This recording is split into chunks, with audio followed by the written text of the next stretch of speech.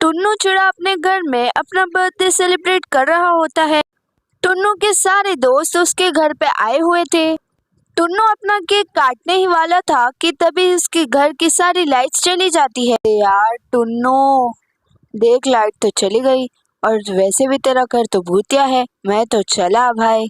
अरे तुम कहाँ जा रहे हो यार? मैं अभी लाइट चेक करके आता हूँ, आखिर क्या प्रॉब्लम हो गई। अच्छा, टुन्नू अपने मेन स्विच बोर्ड के सामने जाता है, और जैसे ही वो स्विच को हाथ लगाने जाता है, उसके सामने एक भूतिया चिड़िया की आत्मा प्रकट हो जाती है। उसको देखकर टुन्नू बहुत डर जाता है।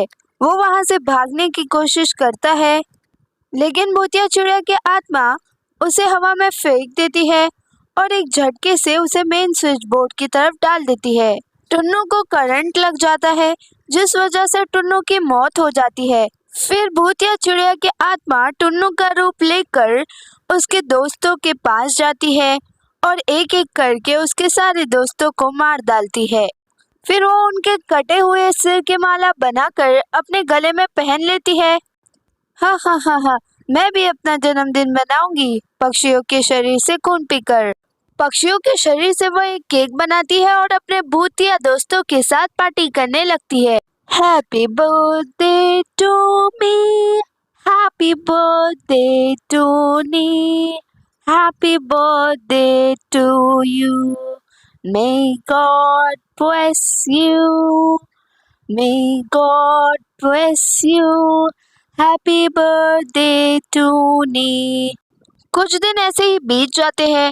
उस घर में जो भी रहने आता, उसको वो भूतिया टूनी चिड़िया मार देती और उसकी गर्दन उसके गले में लटका देती। भूतिया चिड़िया की आत्मा का कहर बढ़ता ही जा रहा था कि अब जंगल के पक्षियों ने भी अपना जन्मदिन बनाना बंद कर दिया।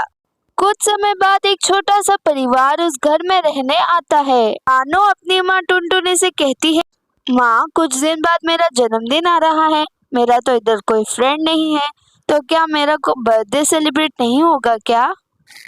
अरे मेरी बच्ची, तू कैसी बात कर रही है? तू तो मेरी इकलौती बेटी है।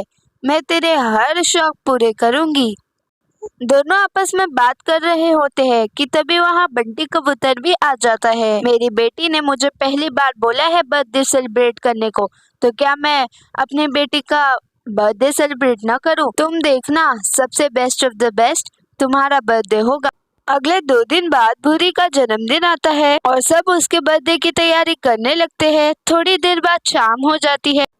फिर बंटी शाम को कुछ जंगल के पक्षियों के पास जाता है। गातनाथ भैया, आज शाम को मेरी बेटी का बर्थडे है, आ जाना मेरे घर पर।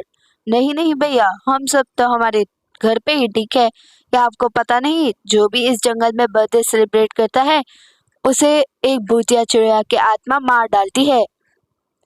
फिर बंटी वहां से गुस्से में चला जाता है और फिर वह जैसे ही अपने बेटी का जन्मदिन सेलिब्रेट करने लगता है, अचानक से उसके घर की लाइट चली जाती है और किसी की जोर जोर की हंसने की आवाज आने लगती है।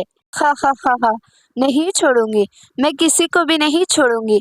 तुम पक्षियों ने मुझे इनवाइट नहीं किया ना, इसका अंजाम बहुत बुरा होगा। ये कहकर वो बुरी चिड़िया को अपनी शक्तियों से मार डालती है। कौन है तू? मुझे और जंगल वालों को परेशान क्यों कर रही है? नहीं बताऊंगी, मैं अपना राज किसी को भी नहीं बताऊंगी। तुझे जो करना है कर ले। इतना कहकर भूतिया टूनी चिड़िया की आत्मा बंटी को हवा में उड़ा देती है और तेज तेज हंसने लगती है। हा हा हा हा हा, अभी तूने चिड़िया को देखा था, लेकिन मैं अभी दुर्गा माँ का रूप ले लूंगी और तुझे मार डालूंगी। इतना कहकर टूनी केक से मोमबत्ती उठाकर भूतिया टूनी चिड़िया के ऊपर फेंक देती है। जल रहा है, रुक जा, बताती हूँ। इसी घर में मैं एक मामूली सी जिंदगी जी रही थी। मेरा जन्मदिन था, मैं भी तुम लोगों की तरह जन्मदिन मना रही थी, लेकिन इस गांव के बदमाश कालू कौवे ने इस मेरा बदला लेने के लिए लाइट को काट दिया, और जब मैं अपने मेन स्विच पे गई तब मुझे करंट लग गया और मैं वहां ही मर गई। उस बदमाश कौवे की वजह से मेरा सपना अधूरा रह गया। उस बदमाश कौवे को तो मैंने मार डाला, लेकिन अब तक मेरा सपना पूरा नहीं हुआ, जिसकी वजह से मेरी आत्मा भटकती रही और मैंने पक्षियों को मारना शुरू कर दिया। जब तूने अपने कातिलों को मार दिया तो तू मामूली पक्षियों को क्यों मार रही है? नहीं छोड़ूंगी, मैं ये जंगल के किसी भी पक्षी को नहीं छोड़ूंगी। भूतिया टोनी चिड़िया की ये जिद देखकर टुनटुनी उसके ऊपर आंख से वार कर देती है, जिसके बाद टुनी चिड़िया की आत्मा जलकर राख हो जाती है। जिसके बाद उसके पति और जंगल के सारे पक्षियों को उससे छुटकारा मिल जाता है। लेकिन टुनटुनी अपनी बेटी रानो को खोने का गम अभी तक भुला नहीं पाई थी।